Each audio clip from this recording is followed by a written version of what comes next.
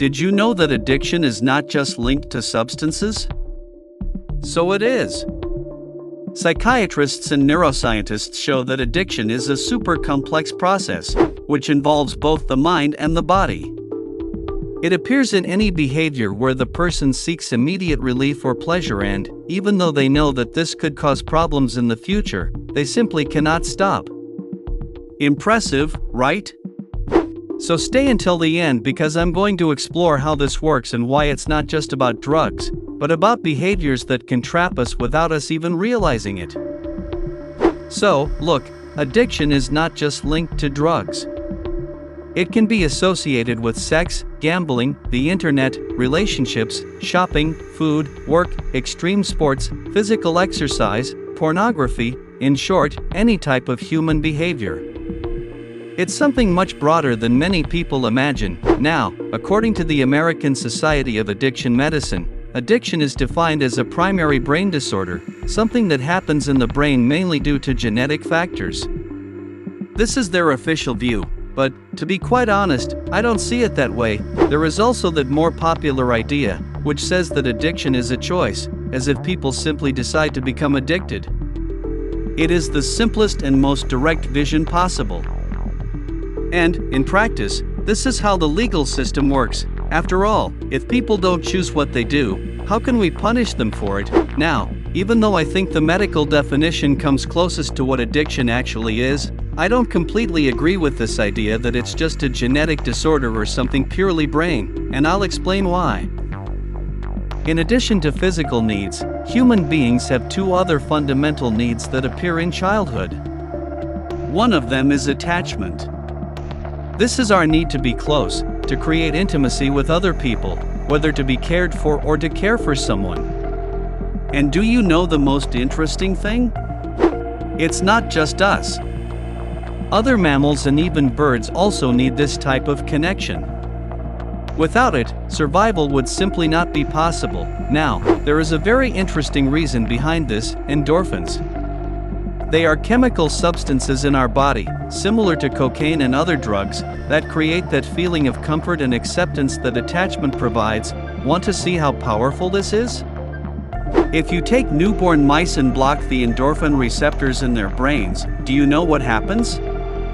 They stop crying out for help and end up separating from their mothers. Without endorphins, even they cannot seek this essential connection to survive. Fascinating, right? Without connection, they simply wouldn't survive in the wild. And the same goes for us. In childhood, when we experience major trauma or stress, our endorphin system may not develop as it should.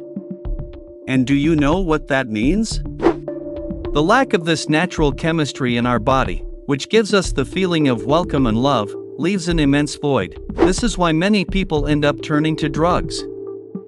This drug mimics the feeling of a warm hug, of being loved and connected, something they may never have truly felt. It seems obvious that affection is essential, but here we see a scientific explanation that proves this. And here's an important point: attachment is not something you can negotiate when it comes to mental health. But there is another fundamental need that is often not discussed as much: authenticity. It's about being connected to who you really are, recognizing what you feel and acting based on it, which, deep down, is our instinct. Now, think with me. If we go back hundreds of thousands of years in time, when human beings lived in nature, without cities, houses, or any modern structure, how long do you think you could survive without being deeply connected with your instinct? Probably not much. In that wild environment, instinct was more important than intelligence. He was the one who gave us a real chance of surviving. Therefore, just like attachment, authenticity is also a necessity for survival. But now comes the big question: what happens when being true to who you are, that is, your authenticity, comes into conflict with your attachment relationships? Let's go back in time for a moment. Remember when you were about 5 years old and you were angry because you wanted to eat that chocolate before lunch? Now, think with me. Your parents probably didn't know how to deal with your anger very well. But why? Perhaps because they grew up in an environment where their own parents had anger issues, often worsened by alcohol, and this left marks on them. such as fear of losing control. So what did they do? They said things like, "Good boys don't get mad." But what you really got was another message: angry boys don't deserve love. Because every time you got mad, they changed.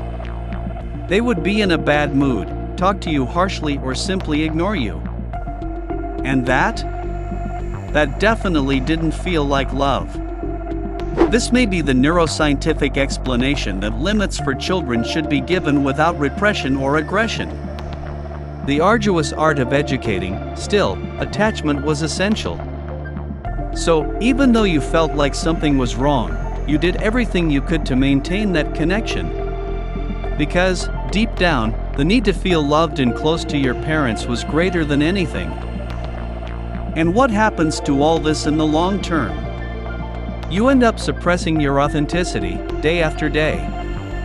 And this is how, little by little, we become disconnected from who we really are and from our instinct, that internal guide that helped us survive at the beginning of our history. But here's the point: this dynamic, which was once crucial for survival in a natural environment, has now turned into something that can harm us. Because in this modern world, being authentic sometimes means putting attachment at risk, that connection we still desperately seek, and this creates a conflict. What was a survival strategy in the past can now make us feel lost, torn between being who we truly are and maintaining our relationships.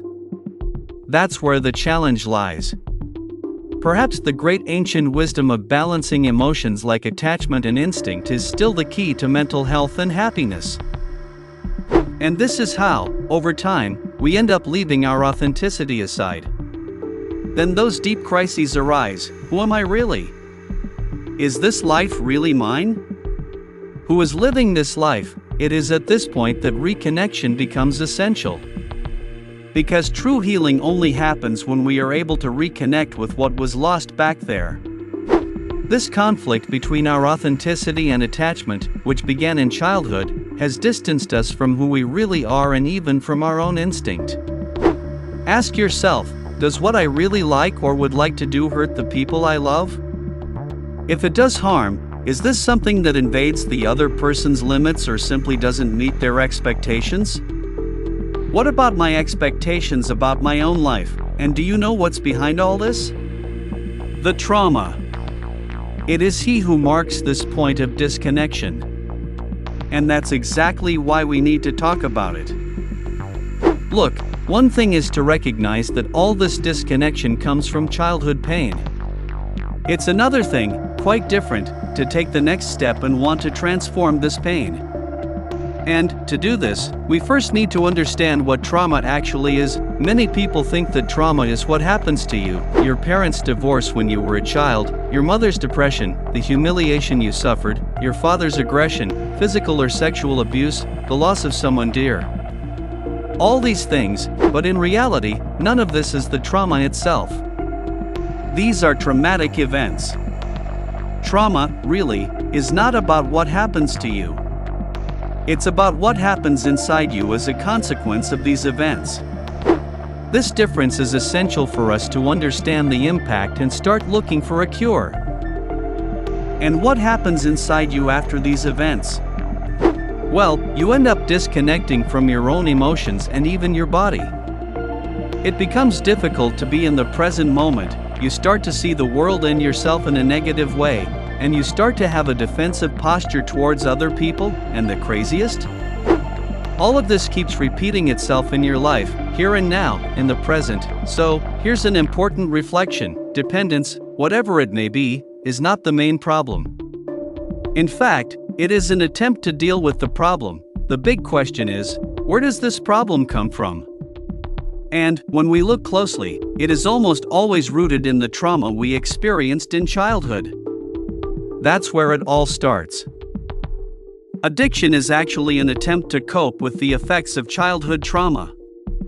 And, although it may even bring some immediate relief, it ends up causing major problems in the long term. Therefore, the challenge is not just to recognize what happened back there, whether 10, 15, or 30 years ago. The real work is to understand how these events manifest themselves now, in the present, and begin to seek healing from these consequences. And how is this done? The answer lies in reconnecting with yourself. You need to restore the connection with your body and emotions that have often been lost over time. Finding the necessary balance between authenticity and attachment. I can't be so arrogant to think I'll never need anyone. Not even that vulnerable about letting people dictate my actions all the time. When you can do this, you begin to enter a recovery process. And recovery, at its core, means you lost something but are now finding it again. Therefore, when people recover, it means they have found themselves again. The true essence of trauma is precisely the loss of oneself. Look for endorphins in physical activities and always ask yourself, what do I want in my life? What do I want for myself? Therefore, reconnecting with oneself is the central objective of any treatment, whether for addiction or any other mental health problem. If you have difficulty, seek professional help. This is not synonymous with weakness. Weakness is giving in to addictions and cheap dopamine so abundant in the modern world. Because, in the end, it all comes down to this: finding who you really are. Find yourself again and elevate your mind forever. Gratitude.